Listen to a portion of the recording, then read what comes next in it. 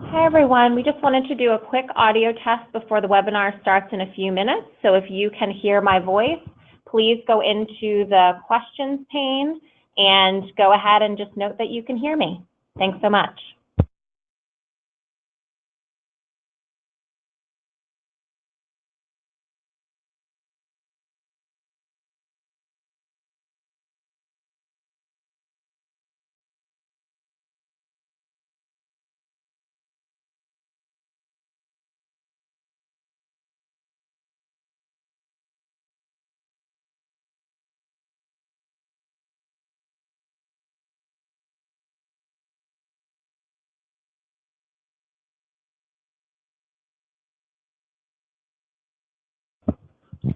Great, so you can hear me loud and clear. I also want to do a quick sound check with our other presenters.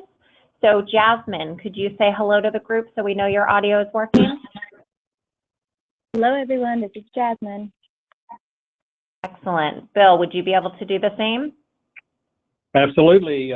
It's wonderful to have the chance to speak with everybody today. Thank you. Great, can hear you loud and clear. Perfect. So we'll get started in just another minute or two. We still have some folks logging on, and then we will get started.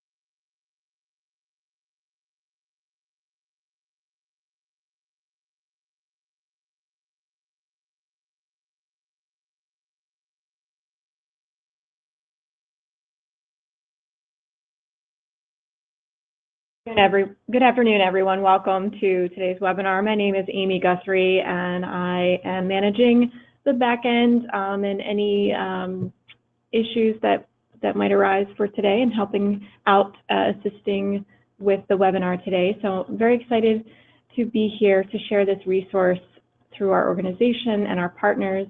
We're very happy to have Break the Cycle here and our board member, Bill Mitchell, and talk about this wonderful resource.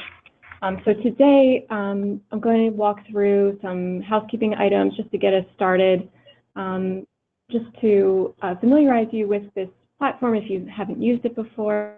To start off, we have the slides presented for you. We have some handouts available for you in your menu bar. So you'll see there's this menu that is probably, it might be appearing over the slides. So on the very top of it, there is an arrow and it points to the right. You can select that to minimize it, and it'll compress itself to the right.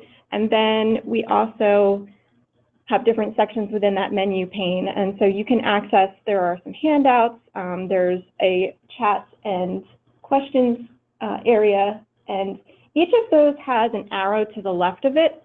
If you click on the arrow, it expands and collapses those various sections. So you're welcome to download and access those resources that we'll be referring to throughout the presentation. I'm very excited to share that with you. And then we also have different audio options available to you. You can call in through your phone, or you can connect just using your computer audio. We will have everyone muted for this event. We are doing the exchange of discussion through the chat and questions pod or area. So we'll be able to see your responses as we have. And so yes, I think that's pretty much it. Abby, would you add anything to that? No, I wouldn't, but thank you so much, Amy. Really appreciate it. And hi, everyone. My name is Abigail Boyer. I'm the Associate Executive Director here at Clery Center. And Clery Center is really, really excited to be able to share the launch of Then Everything Changed, the film that we've been working so hard on over the past year. And we're really interested to hear what you think and how you might utilize these materials. Just to echo what Amy said, we are going to have a lot of opportunity for interaction today during this webinar. We want to be able to hear from you, hear about the work that you're doing and some thoughts that you have on the film, and do a little bit of practicing around how you might facilitate this resource on your campus. So just to remember to use that chat function, whether that's to ask questions of us if you do have questions or you're having any issues or concerns, and hopefully in response to some of the things that we're going to ask of you. Before we go into too much about our work or about this program in particular, I want to just open up the floor for some of our co-collaborators to introduce themselves and let you learn a little bit more about the role that they played in this project. So Jasmine, I'll start with you. Can you do a quick introduction to the group? Yes, I can. Hi, everyone. My name is Jasmine. I'm the Director of Community Initiatives with Break the Cycle. Break the Cycle was very, very excited to partner with Clery Center and Krusade for this amazing project. Super excited to have you all see it. We had a few of our staff and youth advocates participate in the film. So we'll share more in detail later, but very happy to have you all. And I am calling from Los Angeles. Break the Cycle is a national org, so I'm from LA. We also have our team member from Washington, D.C. on. So thank you. Thank you so much. And Bill, could you do an introduction as well? Yes, hi, thank you, Abby. So I'm Bill Mitchell, and you can see on the slide there that my daughter, Kristin, is one of the focuses and really the reason the Kristin's Crusade came along.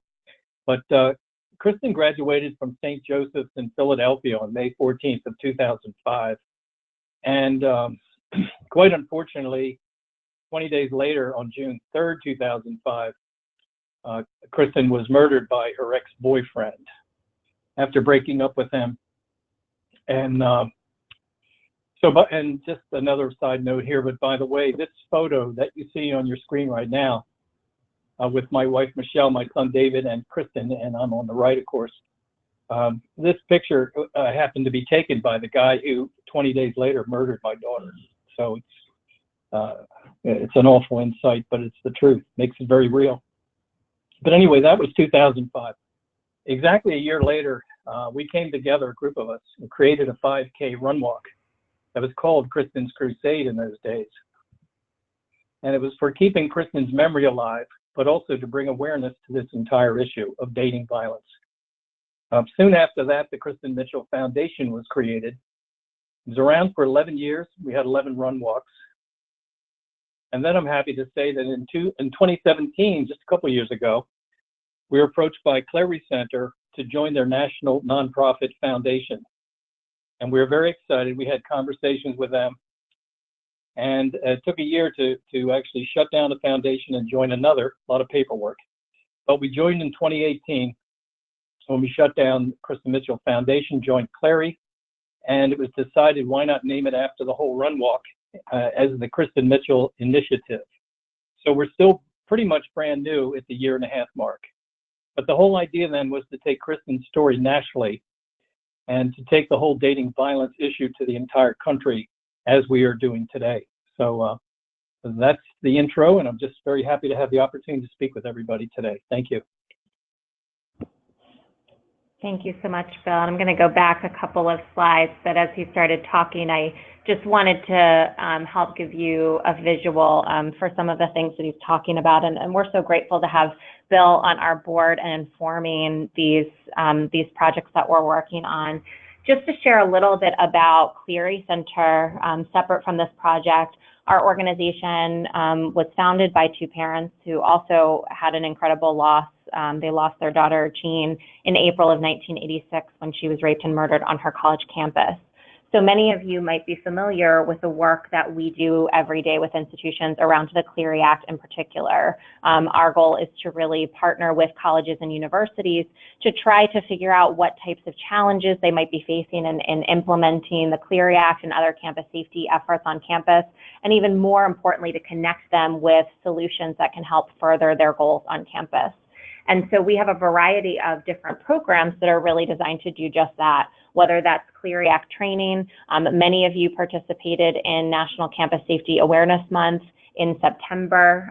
So the free initiatives that we do every single year to help enhance your own work by providing you with resources and materials and free webinars around campus safety issues that are important to you. We also certainly stay engaged at a policy level, trying to see how policy might change, how the laws might change based on some of the campus safety concerns that institutions are facing, and to be an advocate on their behalf for some of the changes that might really support and move their work forward. And we have a Clery Center membership program that helps give institutions the tools to collaborate around the Clery Act and campus safety, so that we're not just looking at campus safety and security as a public safety issue or just the responsibility of law enforcement, but really a collaborative effort on campus. Our initiatives really tie into the spirit of that work because we have various different initiatives with prevention tools and resources, Kristin's Krusade being one of them, but we also have resources related to hazing prevention and off-campus fire safety to help provide institutions with additional tools. So you're never going to hear us say this is the one magical resource that will give you a comprehensive approach to prevention. And we won't say that with this resource either, because we do think that comprehensive prevention requires multidisciplinary approach and various different departments and efforts on campus reinforcing the same messages. But what we do hope is that Kristin's Krusade can be a powerful tool for you all to use, particularly in relation to dating prevention. And so while we were looking at this first project, which was to create a film, which then resulted in Then Everything Changed, we also wanted to make sure we were bringing in subject matter experts who are working regularly around issues related to dating violence and prevention. And so we could think of no better partners than Break the Cycle. So Jasmine, can you share a little bit more about your work at Break the Cycle? So Break the Cycle was founded in 1996. It was founded in Los Angeles, and it started really with the idea that our attorneys that were providing domestic violence legal services were recognizing that the abuse in what was then known as just domestic violence was happening pretty early on and with our younger teen clients. So I would say the dating violence movement, as in comparison to the domestic violence movement is not that old. 10, 15 years ago, people didn't really have a term for this type of violence that happened with intimate partners or young adults or teens. So we were really at the forefront and making sure that the services were matching the lived realities of the young people that we were connected with. So branching out from just our attorneys and legal services, we really focused on holistic approaches in the community, prevention education, advocacy, policy. Our demographic, as you can see, is 12 to 24-year-olds, and that's all young people, 12 to 24. So we have a pretty wide net, and we understand that the dynamic of relationships look different for, a middle school, high school student versus a college student. So we really try to bring in all of those stories and their narratives to truly understand how this work centers around their vision, like I said, their lived realities, and ensuring that their peers have opportunities for leadership, training adults, and other opportunities. So when they're going out and asking friends, hey, does this seem healthy? Maybe they don't use those words. This happened. Is it normal? Have you experienced it? A friend can actually step in and try to support. With that being said, we are also very real with the reality that it's difficult to get people to leave an abusive relationship. And you'll hear that in the narratives in the film for sure. So we support victims, survivors, family members through our community initiatives, through our communications and campaigns, and definitely through our policy and legal services. And when we were approached to participate in this film, we knew we had to. We knew that it was something that it was going to be able to share this message, not only of one story, but many stories across the country. And our hope is that this sparks action and really inspires communities like yourselves participating to hone in on the issues and realities that young people are facing every day. Thank you so much, Jasmine. And, for those of you who are already very familiar with Clery Center, we always talk about the importance of collaboration. And here's just a perfect example of why all of this collaboration was so important. I truly don't believe that without these partnerships with Bill as our board member, without Break the Cycle on board, I don't think this film would be what it is today. So we're so grateful for that collaboration. And Bill, certainly for starting to share your story, and certainly they're going to hear a bit more in relation to the film today. Before we start kind of diving into more of the content, even prior to viewing the film, I also always like to reiterate that we're going to certainly be talking about dating violence today, and we know that that's a topic that can be difficult for many people, even if you're doing this work every single day. So we just encourage you throughout the webinar to take care of yourselves, to take a step out, whether it's during the content or especially during the film itself. There is some difficult content in there, and certainly reach out to local resources and to Clery Center and Break the Cycle if there's anything that we can do to support as well.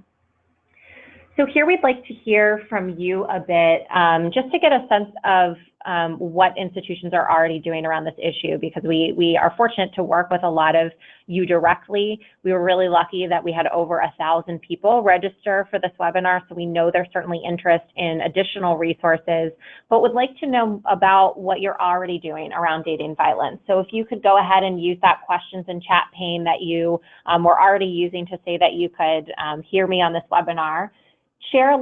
Please share a little bit about what type of programming your institution currently offers related to dating violence. So what does your dating violence prevention or awareness efforts already look like?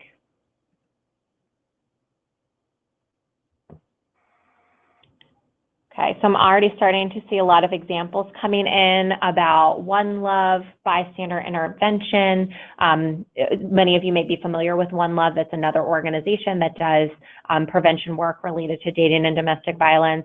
Bystander intervention, healthy relationships workshops, many of you are saying. Some of you are naming things like coaching boys into men. Partnerships with local advocacy organizations, bringing in for presentations that they might offer, or collaborating with local and national resources. Many of you are talking about efforts related to Domestic Violence Awareness Month and Dating Violence Awareness Month, Everify, so some online training and learning. Some of you are talking about implementing Green Dot, and many, many other examples. Mentors in Violence Prevention, excellent. So already we're seeing a lot of a varied approach to dating violence prevention. And so what we are hoping is that this will be an additional tool for some of those efforts. One question I already saw come in is whether this is something that folks are able to use if you're not currently at a college or university. So would other organizations, or I believe there was a question around if you're working with a national fraternity or sorority, would you be able to use this film? Could international fraternities and sororities use this film? Absolutely. What we would encourage you to do is certainly view the film both during the webinar today, bring it back to your campus or to your organization, view and review the companion materials, and really think about what's a good fit for your campus or your organization or your own culture. So what we never assume to do is say that this is going to be the perfect resource for you because you are in the best position to make that analysis. But we hope that what today will do and what this webinar will do is to give you a good sense of where and how it might fit in and what that work could look like on your particular campuses. I also see a lot of collaboration. A lot of you are talking about partnering with student organizations and Greek life and marketing campaigns around dating and domestic violence. Excellent. And I think there are likely a lot of reasons why you're doing this work. And so we also wanted to just give a little bit of a context as to why Clery Center and why some of our partners thought that this is important to address and why we chose this activity or this resource to be the first project for Clery Center. As many of you know, not only does the Clery Act require institutions to do prevention efforts related to dating and domestic violence in addition to sexual assault and stalking and various other topics, but we also know that the reason that the Clery Act requires it, we'll talk a little bit about the recent changes to the Clery Act that added these requirements, but the reason the Clery Act incorporated this type of prevention and education is because it's a significant problem on college and university campuses, and it was a problem regardless of whether or not it was going to be written into a federal law. It's something we should address as institutions. So while that in itself, you know, the fact that you're required to do some prevention at your institution might be enough of a motivation for the members of your community, we're going to assume that that really isn't the heart of why you do this work. The why is likely tied to what the impact is of this type of violence within your own community. So I'd encourage you to think about that, you know, as you were going through the list of all of the different prevention programs that you have on campus and the many ways that you implement it, I would encourage you to think about what your own why is, and that might be something very personal, that might be tied to an experience on your own campus or at your own organization where unfortunately you're seeing the realities of how dating violence impacts us and the ones that we love in our communities as a whole. But I'd encourage you to center yourself in that why as we have some of these conversations today. I also want to open up the floor for Break the Cycle to share a little bit about their why, and I'll do the same for Bill before we talk a little bit more about why a documentary and why the specific learning objectives that we chose. So Jasmine, can you share a little bit about your motivation for why you thought this was so important? Mm-hmm. So at Break the Cycle, I mentioned before, we really center the realities, experiences, and the expertise that young people carry.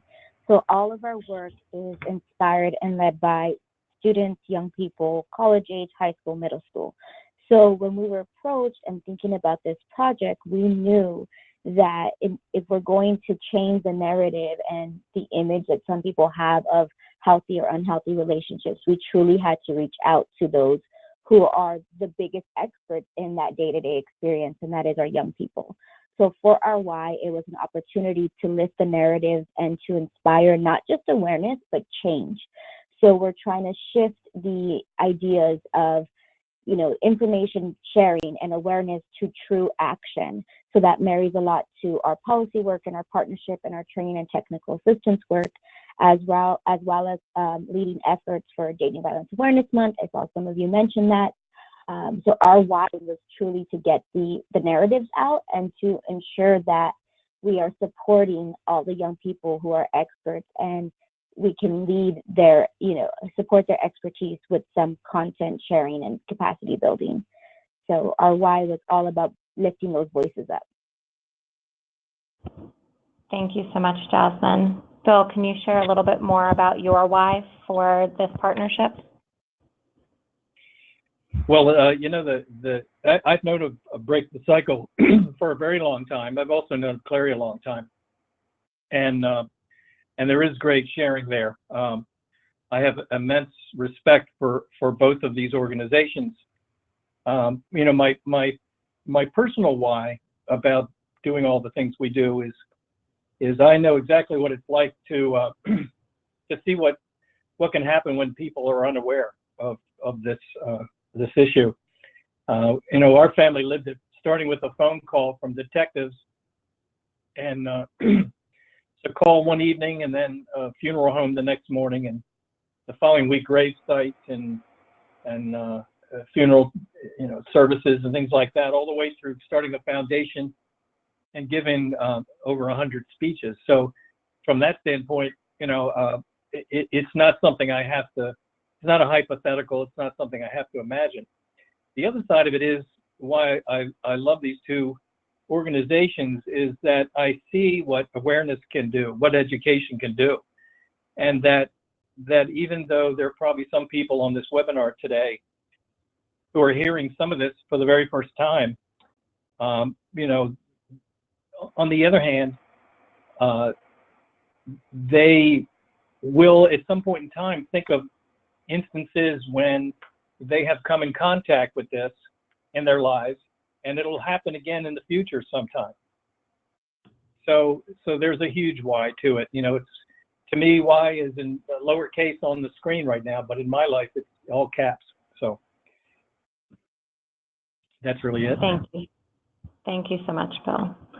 And so I think we wanted you to have an understanding of both why we think this work is important, and then also some context for, Kristin's Krusade, as we mentioned, is an initiative. And so what that means is not just one project, but how are we going to infuse education around dating violence and partnership with organizations that do work around dating violence every single day into our work here at Clery Center.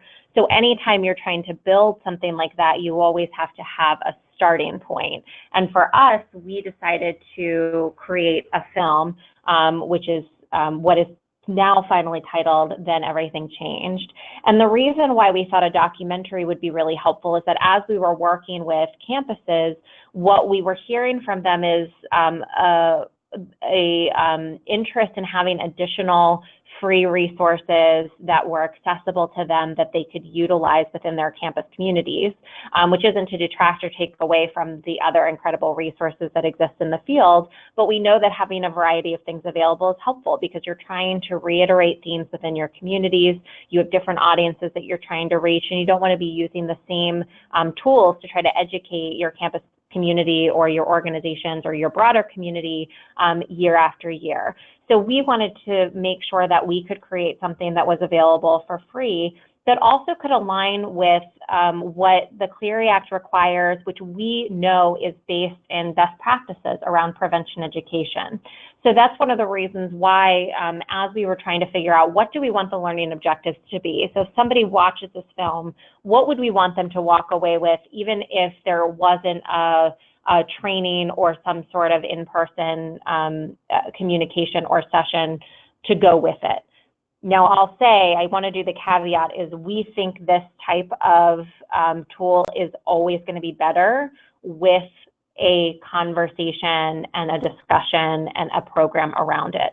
So that's why we're going to talk today about the discussion guides that we created for you to utilize in connection with the film. But even on its own, we wanted folks to walk away with three different learning or having learned three different things. One is we want our campus community to be able to better identify problematic behaviors, whether that's from the lens of something they're experiencing themselves, something that they might actually be doing as an unhealthy partner, or things that they might be observing, and understand why those things would be considered to be dating violence. So some of the film is around general awareness.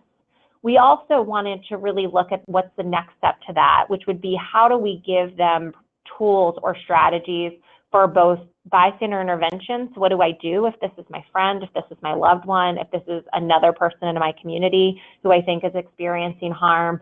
And then how do you access resources, whether it's as that bystander or as an individual themselves who might be experiencing violence? And then we also wanted to provide examples of healthy communication and relationship behaviors. So to have folks thinking about the question of what am I bringing into my relationships, both romantic relationships and beyond, and am I also showing these behaviors or showing my loved ones that I care about them, and what does that look like in a healthy way? And you'll notice as I talk about some of those learning objectives that they align with what the Clery Act requires. So the Clery Act requires colleges and universities, so any institution that receives Title IV federal funding is required to have a prevention policy for dating violence, domestic violence, sexual assault, and stalking.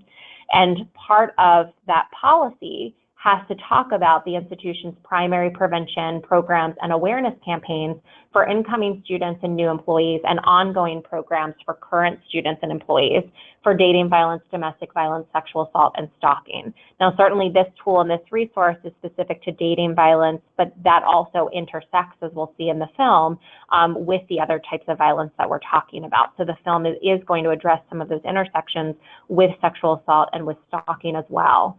And primary prevention through the lens of Clery, and as we're thinking about what this means for our campus, is really looking at how do we promote positive and healthy behaviors that foster healthy, mutually respectful relationships and sexuality, encourage safe bystander intervention, so it's giving some tools and strategies for doing that, and are seeking to change behavior and social norms in healthy and safe directions. As a part of those efforts, institutions have to have in place both bystander intervention and risk reduction programs. So bystander intervention are those safe and positive options for intervening, and we're going to hear and see some of those examples talked about in the film. But we also wanted to make sure that the film was capturing risk reduction through the lens of Clery as well, because sometimes people think of risk reduction and they think of don't walk alone at night or cover your drink and kind of this outdated view of what risk reduction means. But Clery looks at risk reduction as all of the ways you're working with members of your campus community to decrease perpetration, so help them identify what these unhealthy behaviors are and give resources to help address them within the community. Bystander in action, so what are the things that might be barriers to people being able to intervene or to access help, and also increasing empowerment for victims. So how do we let them know that there is a community of support? And so our goal was to have this be a tool that could help highlight what that can look like within your campus community.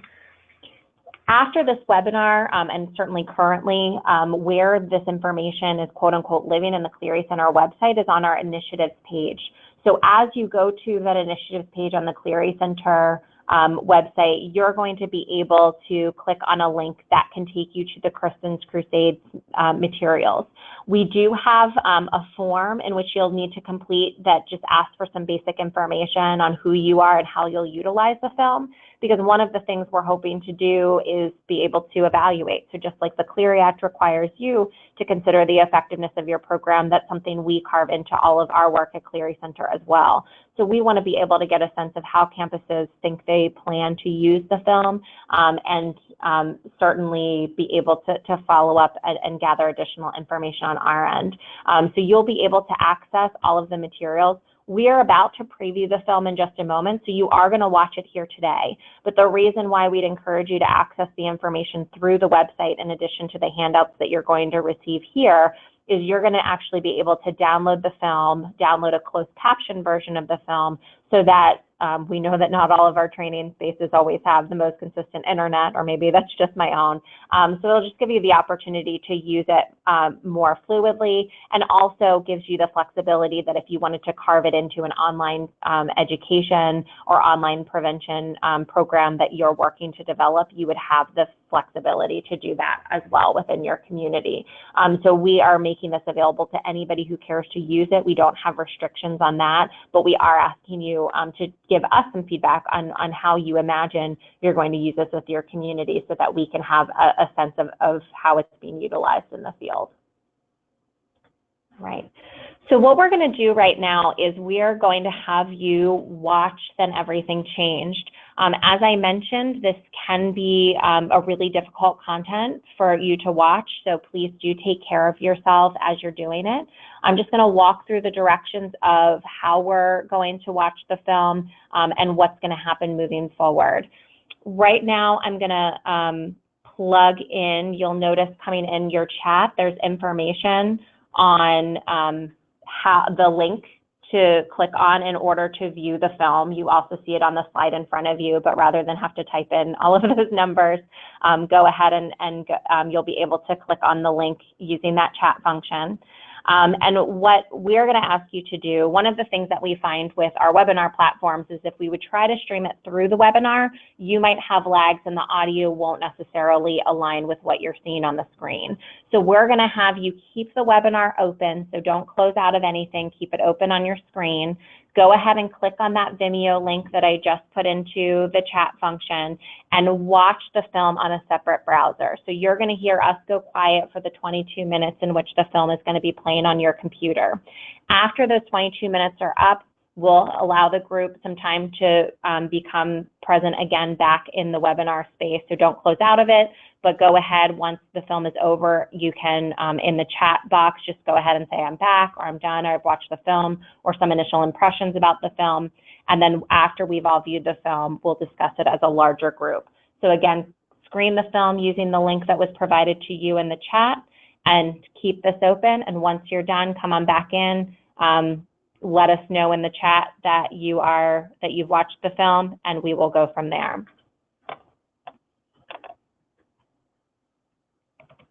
I'm going to resend in the chat. So again, you want to look at that section that says questions and chat in order to be able to see the link. If you're having trouble clicking on the link, what I would suggest is copying and pasting that link from the chat function and plugging it into your browser. We're going to mute our line now just so that you're not hearing my voice while you're trying to watch the film. But if you have any trouble watching, go ahead and keep on using that questions pane to ask questions, and we'll respond as the film is being viewed. So thanks for taking the time, and we'll talk to you in around 22 minutes.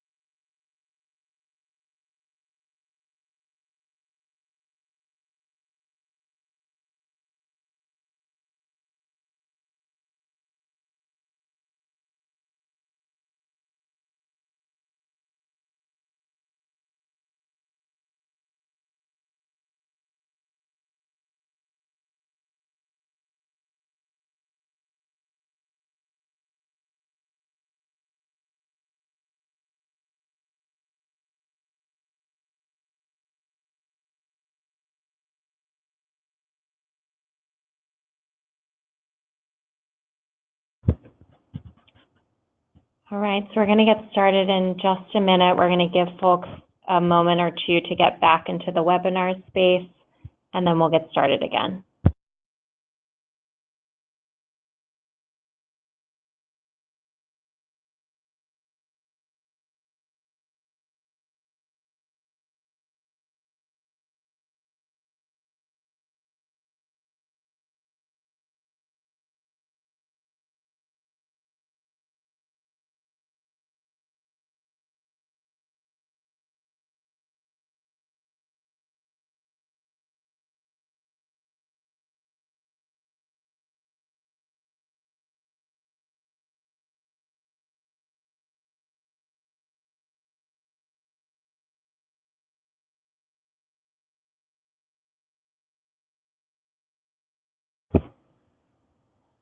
All right, so it looks like a majority of you are back or are working your way back, and already started to see some reactions in the questions pane, which is awesome, and we're going to be looking for a little bit more of that.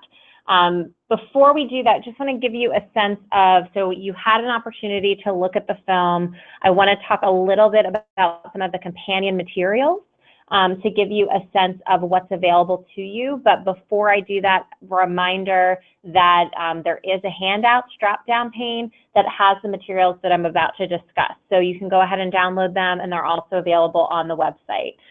As you go through the materials, you'll notice 3 different documents. A Then Everything Changed discussion guide for employees, a Then Everything Changed discussion guide for students, and then a Planning Your Program document that can be used in tandem with both of the guides. One of the things that we were really aiming to do as we created this film, and I'm so excited to already see some positive feedback from the film, and hope this is a space for all types of feedback, regardless of what that is. But what we were hoping to do is not only create this resource for you, but also give you a guide on what types of conversations we think are most valuable in relation to some of the content that you see here. In both of the discussion guides, you're going to see a couple of things. Both start out with some background on the program and this particular resource, and then it goes into some questions to ask yourself as you're planning your program. You'll notice in that Planning Your Program document, there's also the opportunity to document your answers to those questions and those reflections as you're deciding what the program should look like and who should be involved. So it has questions related to where it can take place, who your facilitators should be, how does it align with some of your program requirements under Clery, how much time do you have available to you, what are you going to prioritize in terms of content. So that's essentially designed to help you really think carefully around the spaces in which you're going to use the film and what's going to be most beneficial to your audience. From there, you'll notice that there are discussion questions that are organized by topic, and in some cases, you'll also see some suggestions for facilitation, so ways that you can guide the conversation, as well as some optional activities that you could carve in to make it more interactive. So discussion is a valuable learning tool on its own, but we also know that there are various different types of learners. So we wanted to give you some suggestions for how you can make the program a bit more flexible as well. For both the student and the employee guide, they're organized by topics, and we're going to walk through what some of those topics are and actually use this webinar as an opportunity to practice that type of facilitation, except in this case, you're going to be on the learner end. So we're going to be posing some of the questions that we have in the student and the employee guides to the group, and allow this to be an opportunity for group conversation or group discussion as you would in the presentation itself. This will help us reinforce some of the points that we think are really important to get across, but certainly we won't have the time to cover everything for both the students and the employee guides. So that's why we'd encourage you certainly to read both of those in detail and think about what feels right for your audience. You know your campus better than we do, so these are suggestions to help you carve what that path could look like. At the end of the documents, you'll also see a list of additional resources that you can utilize as you're working to grow and expand your program. So some of the other organizations, many of which were already mentioned, that are doing work around dating and domestic violence that can also guide these efforts. So we wanted to start out first with a film reflection, and some of you naturally did that even first coming back from the webinar. So I think that shows why it's so important. What we suggest in both the student and the employee guide is after you have the opportunity to screen the film itself, certainly making sure that you do a trigger warning before the film to create some space for folks to take care of themselves as needed. And all of you just experience why that might be necessary, because it can be a quite difficult film to watch. We also really encourage you creating a space for some general film reflection and just folks to share their thoughts, both positive or neutral or even negative, around the film for you to gauge how your audience is feeling after the film itself. So we'd like to do a little bit of the same here. So in that chat function, I'd like you to answer one of these two questions. You can either pick what's one word to describe how you feel after watching the film, or what message from the film was most memorable to you. In the guides, you'll see a couple of different types of questions that you could pose to the group, so you can decide what's a good fit, but I just want to see some of the responses that are coming in here.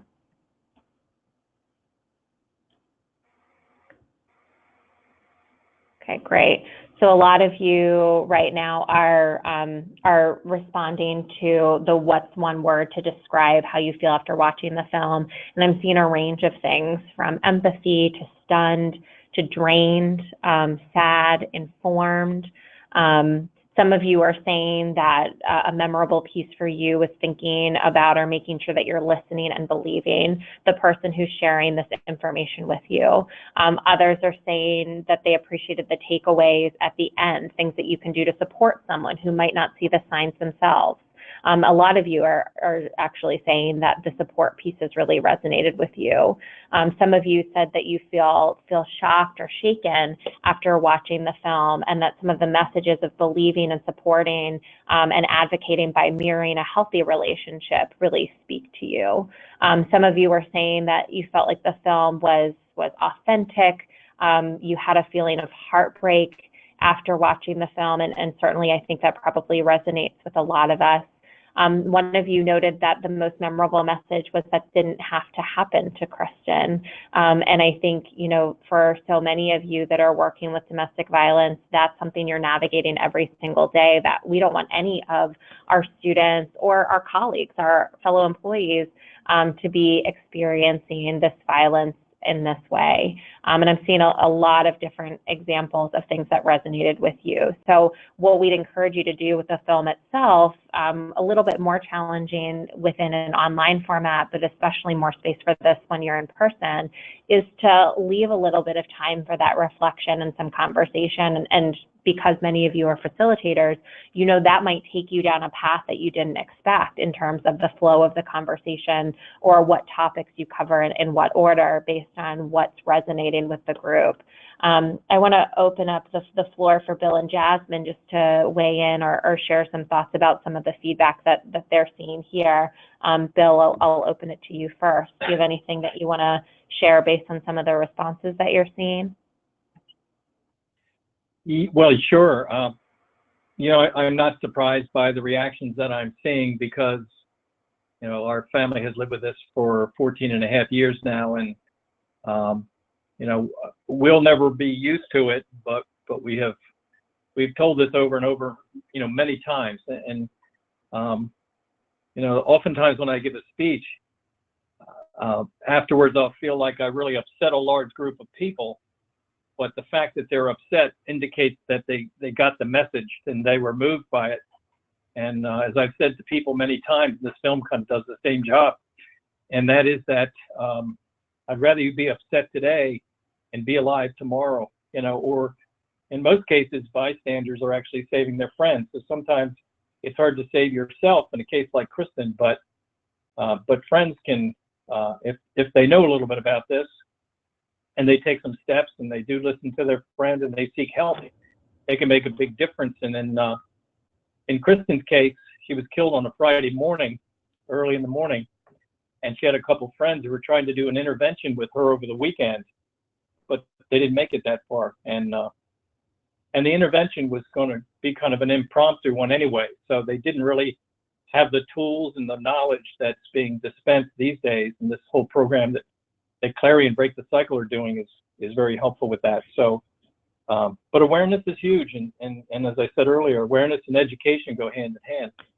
And I'm sad that some people were upset by the film, but that means it impacted you, and then that meant you got something out of it. You didn't just watch. And one last thing on it too is, in the making of the film, Abby and the film crew came to our house and filmed with my wife and I and with my son, and I had not seen any of the other stories, and I specifically didn't want to until the film was being put together. And it still is daunting to me after all these years and everything we've experienced to see what happens to other people, and it hits me just as hard as it ever would. And I just feel so bad for how people treat people sometimes. But it's the reality of life. It's impossible to understand at times, but it's real. And the best thing we can do is get ready and do our best to prevent it happening to ourselves or to others. So that's really my thought about the film. Yeah, thank you for sharing that, Bill. Jasmine, do you have anything that you would want to highlight in relation to these questions or how they could use them? Right. I think what I really appreciated was the comments you all put about the realness, being authentic, and the fact, like Bill just mentioned, that the signs and the patterns over the years repeat themselves with a diverse group of people across the country, many who we may not even know face to face. And that is the hardest, saddest part, I think, about being an advocate, a survivor, a friend, a family member, is that we can see the signs, but just want to echo all of you who noticed that the theme of the video, the film, was truly about sharing those support opportunities. So you all picked up on some of those warning signs, the subtle warning signs, the patterns, boundaries, all of these very targeted terms that we use in the field, but putting that practicality, that's what you're going to find in the discussion guide. You're going to find that in the film, and hopefully can lift that up with the reactions you have from the participants. It's matching the textbook to the real life, because that's where you can truly make change. So just echoing everything, and also, no matter how long I've been in this field, I still get emotional about this, but I will say my heart feels warm seeing so many of you talk about how this can reach people and how this may have an impact, and it was real and it was honest and it was open, because that was our goal when we were putting the team together, the participants for the video. So just very much appreciate you all sharing that, and also just continue to pick up on those signs that are not so obvious, and those tips for what we would call intervention or bystander intervention to help a friend. That's truly how we're going to end this pattern and the repetition of all these behaviors. Yeah, and one of the things that Jasmine is talking about is, how do we personalize this? So as we're talking to students or as we're educating employees, how do we make it feel personal to them? So as we move on to the topic of unhealthy or problematic relationship behaviors, that's going to be some of that's going to be the heart of some of the questions that you see there. You'll notice differences between the student guide and the employee guide for obvious reasons. There are going to be different conversations that'll be most relevant or helpful for those audiences. Many overlapping patterns or themes, but the way that questions are framed and how you might respond to them varies from audience to audience. And so some of the questions for unhealthy or problematic relationship behaviors are listed on the screen in front of you. So when we're talking to students, it's asking that question, or what are some of the examples of messages that you've gotten related to romantic relationships? We want to encourage some space for some critical thinking around how have I learned what a relationship should or could look like? And those patterns can look different for all of us. And some of us might have learned some really healthy relationship patterns from those observations, and others might not. So the question for employees is, what are some examples of messages that students receive related to romantic relationships, and also questions around what are about the influences in their own lives. We think that that's a good way to start thinking about it through the lens of the individual, as we then ask the group to talk about examples that they saw within the film and actually be recalling. So if our learning objective is for them to be able to communicate essentially what dating violence is or what they look like, that recall of what they observed in the film that's dating violence can also help to make sure that we're covering that as well. You'll note in there an optional activity. So we did, as we mentioned, try to carve in some space for interaction. So the suggested activity is also ways that you could break them up into groups to talk about the questions of some of the things that they're seeing in the film. So for the purpose of this webinar, we'd love for you to answer one of those two questions. You can go ahead and use the chat box of what are some examples of messages that students receive related to romantic relationships. Or you can also use this as an opportunity for some of your own recall. What are some of the examples related to dating violence that included within the film? I will note here that even though we're talking about these questions all together for the purposes of actually facilitating this, if we were thinking of this as a train the trainer, I wouldn't encourage you to do what I'm doing right now, which is to pose multiple questions at once. You would do one question at a time. Because we're limited in time and format, we are using this opportunity to try to review all of the different areas, but for your purposes and how it's described in the discussion guide, you would address each content or each section as its own question. So some of the themes I'm seeing coming in, and again, feel free to use that question box to answer one of the two questions that are bolded on your screen. I see some folks talking about the theme or the concept of you are not that pretty. So we saw that in both in the film, and we also might have our students really hearing that messages. Many of you are flagging things like jealousy and control, so some of those patterns. With students and adults, I often see people feeling like a breakup is a failure, that people should be ashamed or embarrassed by.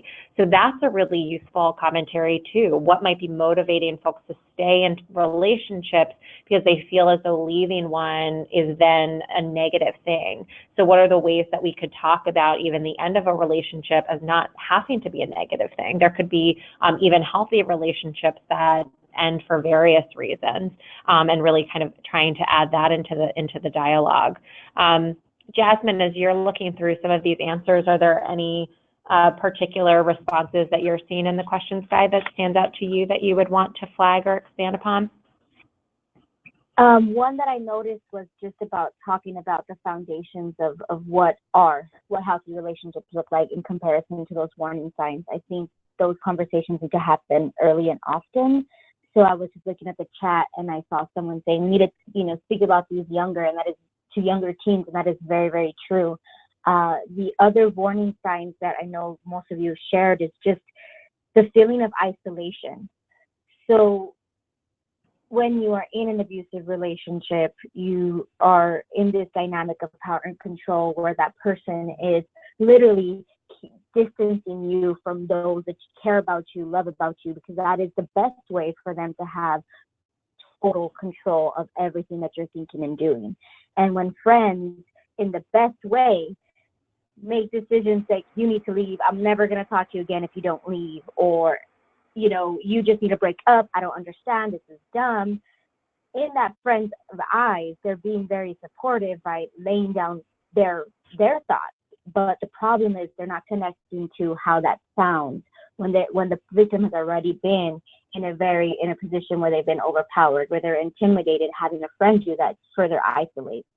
So you saw one of the persons in the film talk about not having their friends being close, believe them, or having their friends kind of turn away from them once they did disclose that something was happening. That isolation does provide that perfect, in quotes, and environment for that continued abuse of power and control.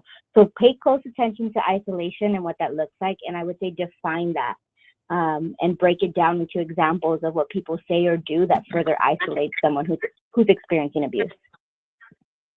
And one of the things you'll see in the discussion guide are some examples from the film, specific quotes that people shared that highlight some of these examples of isolation. So they can tell you that your friends and your family don't really care about you. All of a sudden, it was like my whole life was about him. So there'll be some tools to actually help you reference back to some of the things that your viewers may have just seen. And one of the things that I see in the discussion as well is the challenges we're often told not to get involved. So what bystander intervention looks like or what it means to help and support as a friend is going to be really critical. So we're going to talk about that in just a moment. But before we do so, Bill, is there anything you would want to highlight in relation to the warning signs or some of the feedback that folks are giving right now? Yeah, just a couple thoughts. One of them was that it's interesting that any time that I've seen a list of warning signs, and I just happen to have one in front of me, but looking down them, at least for a lot of them, the emotional and psychological ones, you know, they might, if you didn't know better, if you didn't know this whole subject, you may look at them and say, well, you know, I have friends that do this stuff from time to time. And I mean, a lot of this is annoying, but on the other hand, I don't picture somebody getting killed by it, you know. But what happens is that when this is a kind of a constant thing, a controlling thing, then that's when you have to say, you know, this kind of goes beyond just kind of playful pushing each other around with comments and things. So that's why we all have to kind of step back a little bit and look at these and say to ourselves, you know, I see a pattern here, and I see something that could add up to something really huge. You know, now that I know some stories or I know of some people who had these type of things happening, and then it went to a horrible climax. So that's really one of the things I wanted to underscore. One other thing about friends, it is a really tricky area. And I've said to people in some speeches I've given that just about any instinct a friend, or even in this case, a parent would have, if they knew that their friend, or in this case, your daughter, was in an abusive relationship, that a lot of the instincts you have of what you would do don't turn out the right way. And so you have to, if you see these relationships, if you spot it, an unhealthy relationship, you have to kind of call a timeout and back up and really do some education on it. Get in touch with some professionals who know this, get in touch with domestic violence people, go to counselors if you're at school and say, I have a friend that's going through something, and get the people who really know the answers, because you could have the best of intentions and actually wind up pushing your friend accidentally back towards the abuser, for instance, because they might feel they have to defend that person. But one other last thing to leave you with, which I thought was a great piece of advice, is you kind of would like your friend at one point to see a counselor or get on the phone with the domestic violence agency or somebody and have that chat. And the piece of advice that I like is you say to your friend, look, let's call, it's anonymous, and let's do it together. I will sit with you, I will do it with you. It's anonymous, it's safe, nobody's going to be coming down on your boyfriend or girlfriend. And if you want to get off the call, we can hang up at any point in time. But just sort of taking that walk with that person, being a good listener, and knowing what kind of advice really does help is huge. So that's really it. I just love the idea of making that call together. Yeah, and I think that really ties into the next theme that you'll see, certainly saw in the film and in the guides, which is really how do we support and believe others. I know one of the questions I saw come in is the film didn't give examples of any ways or examples of getting out of bad relationships. Why? I think the angle that we took on this is really through that bystander intervention lens, or around how can we help and support, and also looking towards, you know, what do we lend to a relationship? But some of that skill building and connecting to resources, we think is going to be an opportunity for you as a campus or as a community to be able to do that. So in the discussion guide, you're going to see some questions that really talk about how do we talk about the resources available, how someone can access what those are. What's available within your state or within your community might really vary from community to community. So it really guides you in thinking about how do we talk about what accessing those types of resources would look like, or how might we practice that. For bystander intervention, some questions that we encourage you to think about that you'll see in the guides are around what can students do, or what could colleagues do if we're looking at it from the employee standpoint, if they're observing this behavior. And one of the angles that we think is helpful from a bystander intervention lens is oftentimes a person might not necessarily recognize that something could happen to them, but they very much can recognize and understand and feel comfortable thinking about it through the lens of someone else. So we think that this bystander lens can also maybe help someone think critically about what does dating violence look like and what does it mean in practice, and help make some of those ties in ways they might not otherwise do. So what we'd encourage you to think about in this questions function is to answer one of the two bolded questions on the screen. So if it's talking to students, the question that they're answering is, what could friends or other students do to make a difference in some of the stories that you saw in the film? And you'll see in the student discussion guide that optional activity where you could break the room up into groups of 5 or 6 and actually give them examples from the film and have them offer up bystander intervention strategies. So, for example, we have quotes coming from Nicole, coming from Carla, some additional ones in the student guide that really allow them to say, so if a friend were saying to you what one of these individuals were saying in the film, how would you respond? So that's something to keep in mind, that there are some activities that you could also incorporate to talk about these areas. But what could friends or other students do, or what could you do if yourself or a colleague wanted to encourage a student to seek support if they're experiencing dating violence? What could that look like? Some of you talked about talking about relationships daily with others, students seeing this as an acceptable subject to talk about, encouraging students by educating with this video, so even how you can utilize these tools. As employees, find out why students may not seek help from campus or organization resources and work to take those barriers down. And we're going to talk about some of those barriers in just a moment. And a lot of you are really proactively talking about how do you keep your line of communication open so that people can talk to you and know your local agencies and resources, which are really incredible. The bystander intervention strategies that you'll see in the guide really vary for students versus employees, because your role might change depending on kind of who you're talking to and what your audience is. With employees, you want them to have an understanding as to how to respond in that moment if somebody comes and discloses that they were a victim of dating violence. And it also talks about some strategies for really intervening. How do you identify the behaviors that you're seeing with that person? How do you describe some of what you're observing in a way that doesn't feel threatening to them?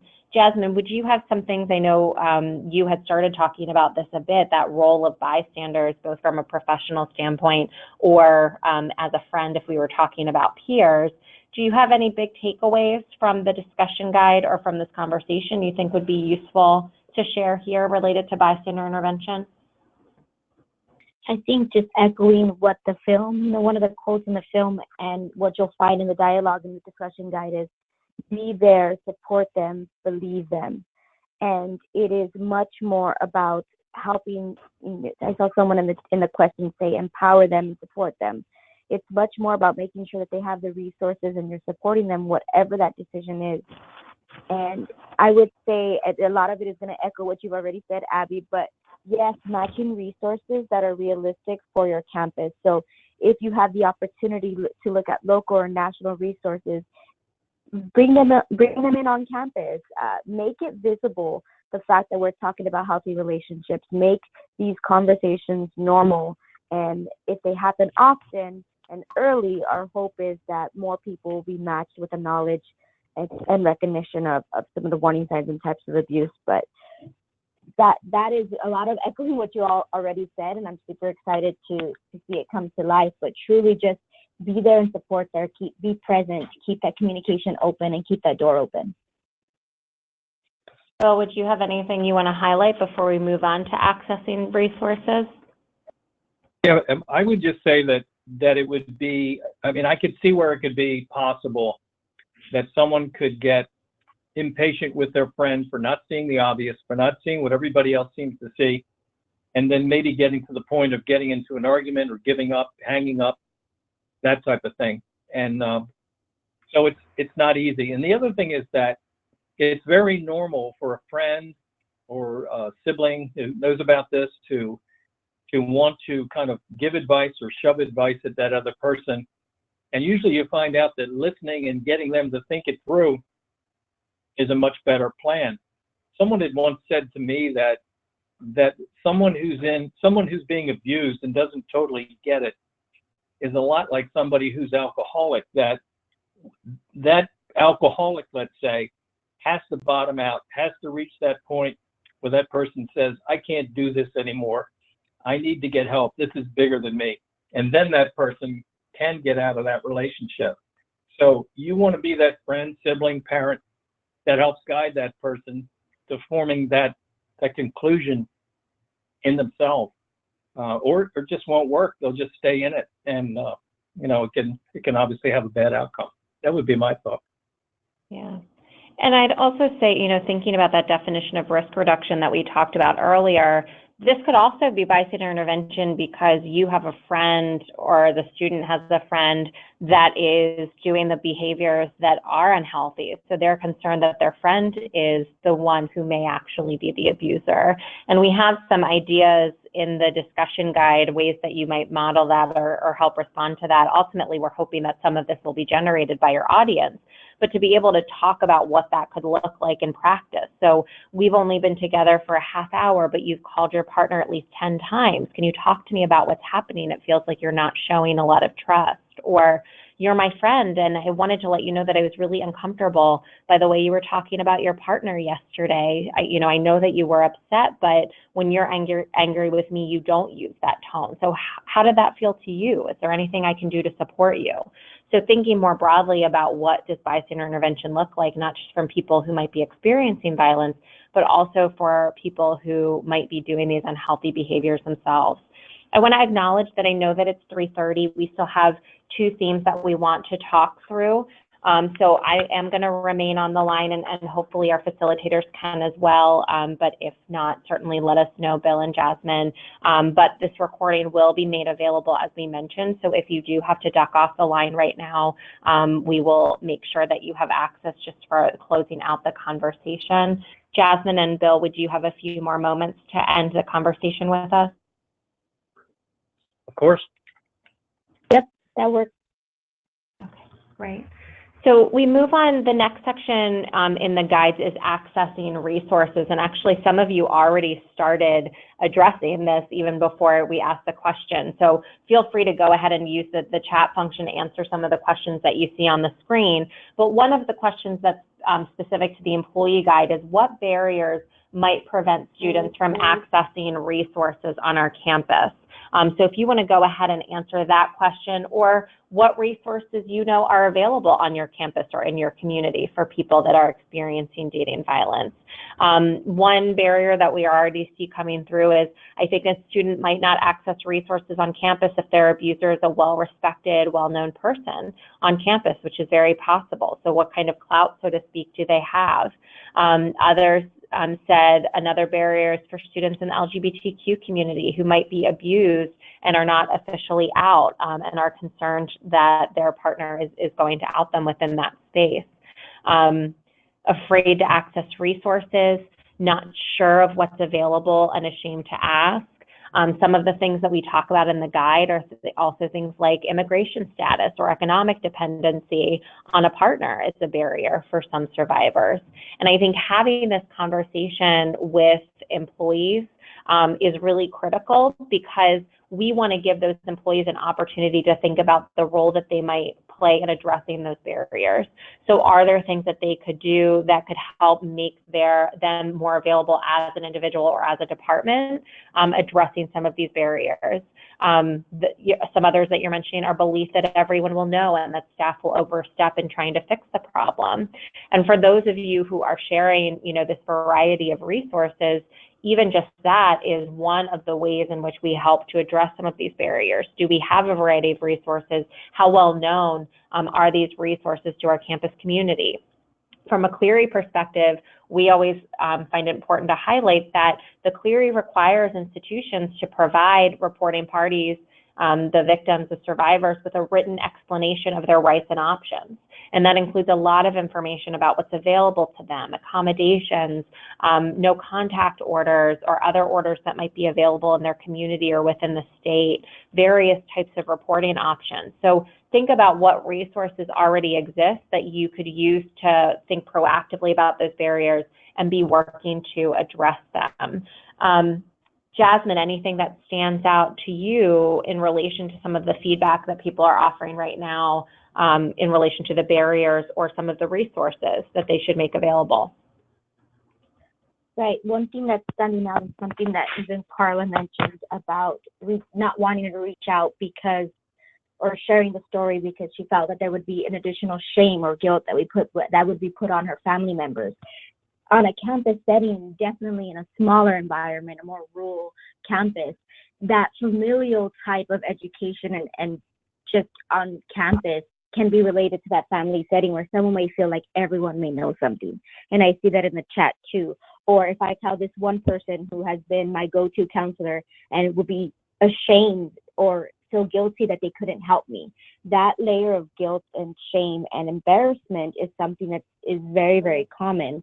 So in the best way possible, when you are bringing up these scenarios or these resources, keeping the mind of, I'm here to help you, putting the feelings, our own personal feelings aside, and just being present in the moment to support and connect to resources. Resources in smaller communities, I feel like maybe a little more difficult to find, but someone mentioned here a great tip about having things online, going to a website, or even making anonymous inquiries. If you have those available, definitely when you have more of that smaller environment, I would say go with that. But just keep in mind the dynamic of shame and embarrassment that someone may feel and how that relates to communities that are more closely tied or smaller in size.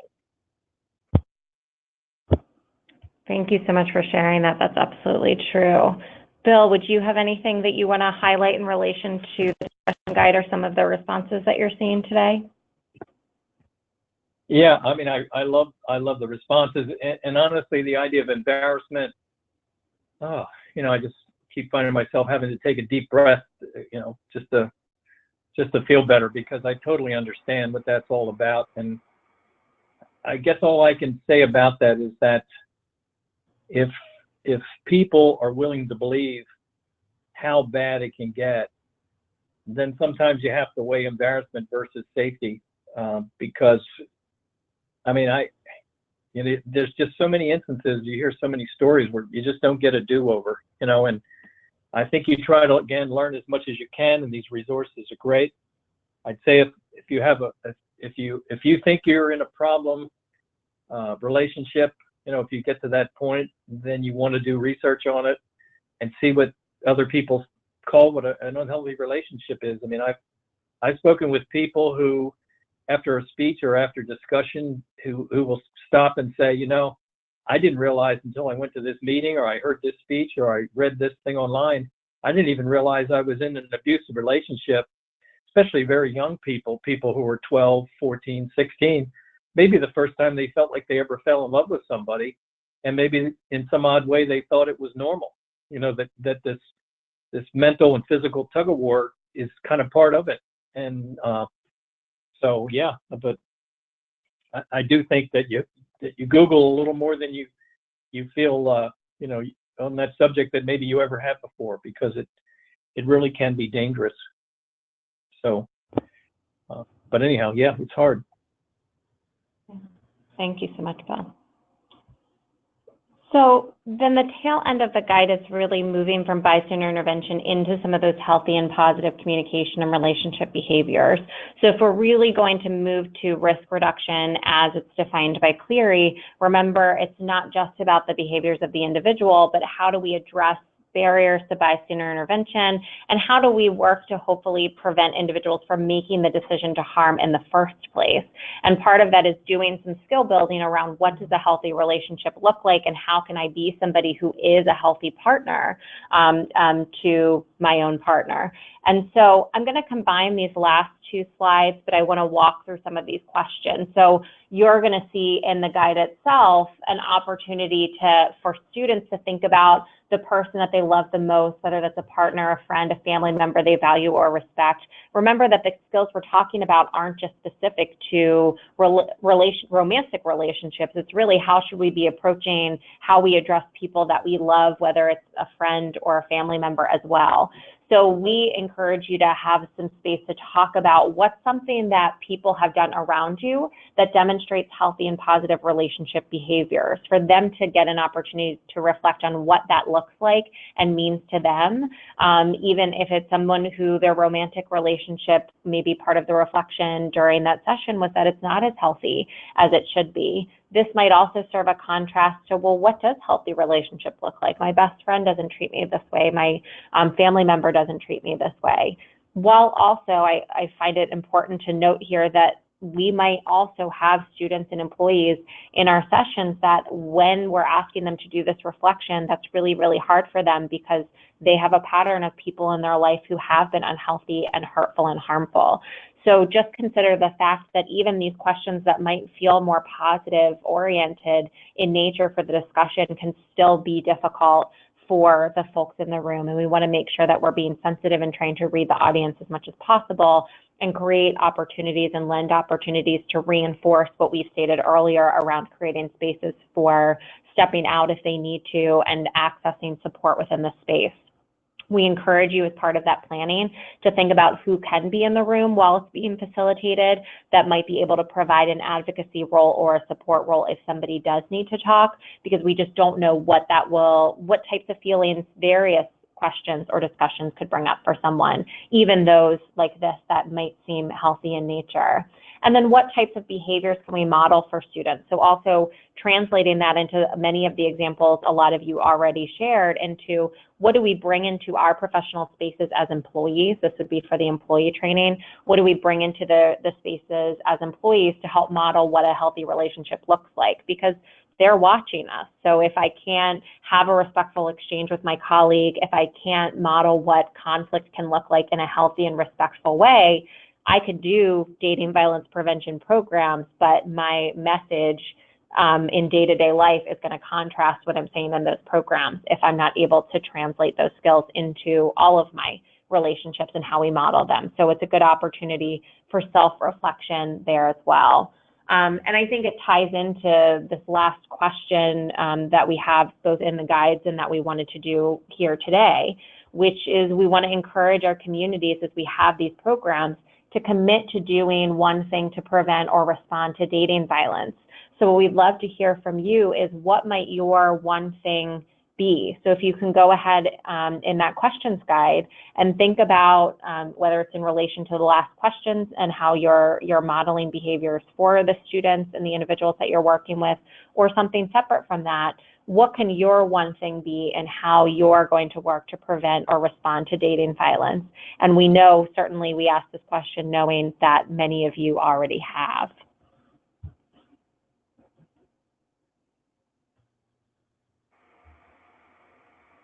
So some of you are saying, listen, and if appropriate, might even share my own story. So there might be a space to let someone know that they're not alone.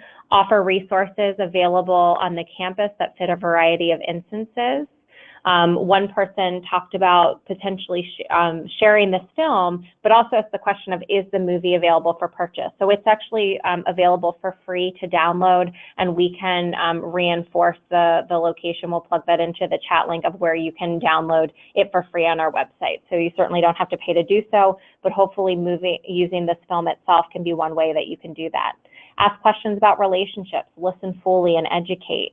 Continue speaking openly to friends and family about domestic violence and encouraging them to learn. Being supportive and not just judgmental. Promoting DV awareness on our campus and teaching clients about the signs that a relationship is unhealthy. And it goes on and on. We have so many great examples. And one that I love here too is keep true to my own boundaries and share my healthy responses to red flags. So letting the folks in our communities, whether that's students or our colleagues, know that they're not alone. This is not something that is just a campus issue. We know that all of us are navigating that. And also, one answer here is discuss oppressive structures that support perpetrator. So what are the ways in which our communities and our structures are actually allowing this abuse to continue? How are we supporting the behaviors that are occurring or the individuals that perpetrate them, which is really, really important as well, and the impact on different communities. And I know that there are so many more that are coming in. So I really value both your willingness to share within this webinar and also your commitment to doing this work. As we transfer to some of just the closing questions that have been coming in and round up the conversation, I want to first open the floor for Bill and Jasmine to share any closing thoughts. So Bill, do you have anything that you would want to share either in relation to this question or some of the things that you saw in this webinar overall? Just a couple quick thoughts. One of them is that I think it's been kind of sprinkled throughout this last couple hours here, but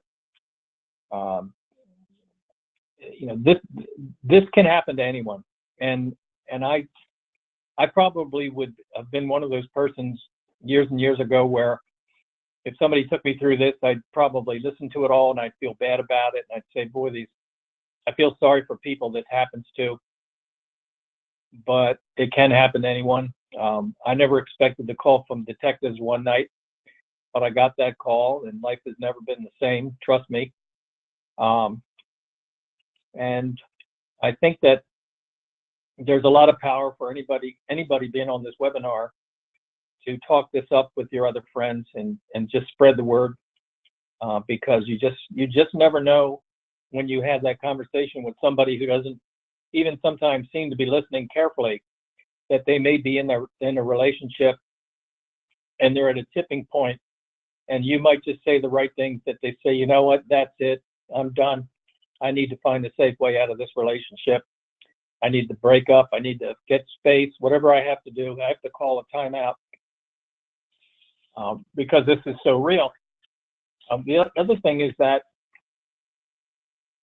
the only statistic I ever use in anything that I've said to people, because I think statistics, people kind of go glassy-eyed, but it's that there is a statistic out there that 30% of women specifically will experience serious physical violence in their lifetime, typically between the ages of 16 and 24. And it could be you, it could be your sister, your friend, your neighbor, your cousin, a classmate, but 33% is a big number. It's crazy big. And so it is out there, it's very real. And again, the more we know about it, the better the chance that it won't happen to us and it won't happen to someone we love. So those would be my last couple thoughts. Thank you so much for that, Bill. Jasmine, would you have any final thoughts you want to share? In relation to the question about what's one thing we can all do, just wanted to lift up something that's in the discussion guide and something we use very often with our youth groups is looking at where we are getting messages of relationships in general. Media, TV, music, all of that. There are great organizations that have activities that really resonate with students and young people, and that's calling out some of those toxic messages that are not so healthy in media. And with even my own children and just seeing younger students at the elementary schools when I used to work there, they're getting these ideas of jealousy and relationships very early. So I think there can be some on-campus activities or even just in small groups to use media as a tool. And it's one of the biggest reasons why we created this film. We're so excited that we are using media for good. So just wanted to point your attention to that piece in the discussion guide about reflecting on the impacts and the factors that do give us this perception of what dating looks like early on, and how they can perpetrate unhealthy behaviors for students who are even trying to figure that out at college age level. And the only other closing reflection that I have is that I really just want to say thank you to everyone who has been involved and for this space that was created for us to share, acknowledge some of the education and really commit to awareness and prevention. Wherever you go with this film, whatever path it takes you in, I know that it is truly going to make an impact in more ways than you know. Just using these words and using these the topic and talking about warning signs, like Bill has mentioned many times, you never know where it's going to land for someone, and that could be that last tipping point, that last information that they need to make that decision on their own to say, I'm done. So you never know how you're going to empower someone, so just want to say thank you for all of your continued efforts, but that's about it. Thank you so much. And again, just to echo what Jasmine and Bill are saying, we're so grateful to all of you for joining this webinar to learn more about this resource and how you can use it, and really just for all of your work day-to-day on campuses to try to address dating violence. One of the things you may have noted is that my colleague Amy plugged in a link to an evaluation or feedback survey for today's webinar. We really would love to hear feedback on the webinar itself, on the film, just any reflections that you would have that you would be comfortable sharing with us. We always use that feedback to inform our future projects and how we address our current programs and projects. So thank you in advance for that if you get the opportunity to do so. And I just want to answer two other quick questions that came in. One was, where was the definition of risk reduction that I shared earlier? So that's actually the definition of risk reduction within the Clery Act requirements, so that it can be found in the regulations and in what's called sub-regulatory guidance, the Handbook for Campus Safety and Security Reporting. So if you Google Handbook for Campus Safety and Security Reporting, you'll find it, but probably an easier strategy would be to email us at Clery Center, and we're happy to send you over a direct link on where to find that. We think it's a great opportunity to use the Clery Act as your foundation for doing really effective prevention programming. The requirements for dating violence, domestic violence, sexual assault, and stalking are grounded in those best and promising practices. So hopefully you can use that to your advantage. You're required to have a prevention policy. You're required to do prevention programming. So this might be one tool that you're going to be using to address those, and the Clery Act can help you a roadmap for doing that. The other thing I wanted to note is we did mention that this film is available for download. So we put in the link for you to be able to go in and download the film directly. We will also have a closed caption version that will be available for download. I think we were just having some challenges in the final upload of that, but it should be available within the next couple of days. So if you don't see it today, just revisit in the next couple of days. And we'll certainly be continuing to promote this project and this resource, so you'll also likely see it in future communications from Clery Center as well. Other than that, thank you for those of you. I know we went over our allotted time for the webinar, so thank you for those of you who were able to stay on till the end and for spending your time with us this afternoon. Please do stay in touch, share with us how you're using the film, share with us the feedback that you have. We're really excited to kind of see it now out in the world, and looking forward to all of the ways in which you're going to use it within your own communities. So thank you for your time, and we look forward to connecting with you again in the near future. Have a great afternoon.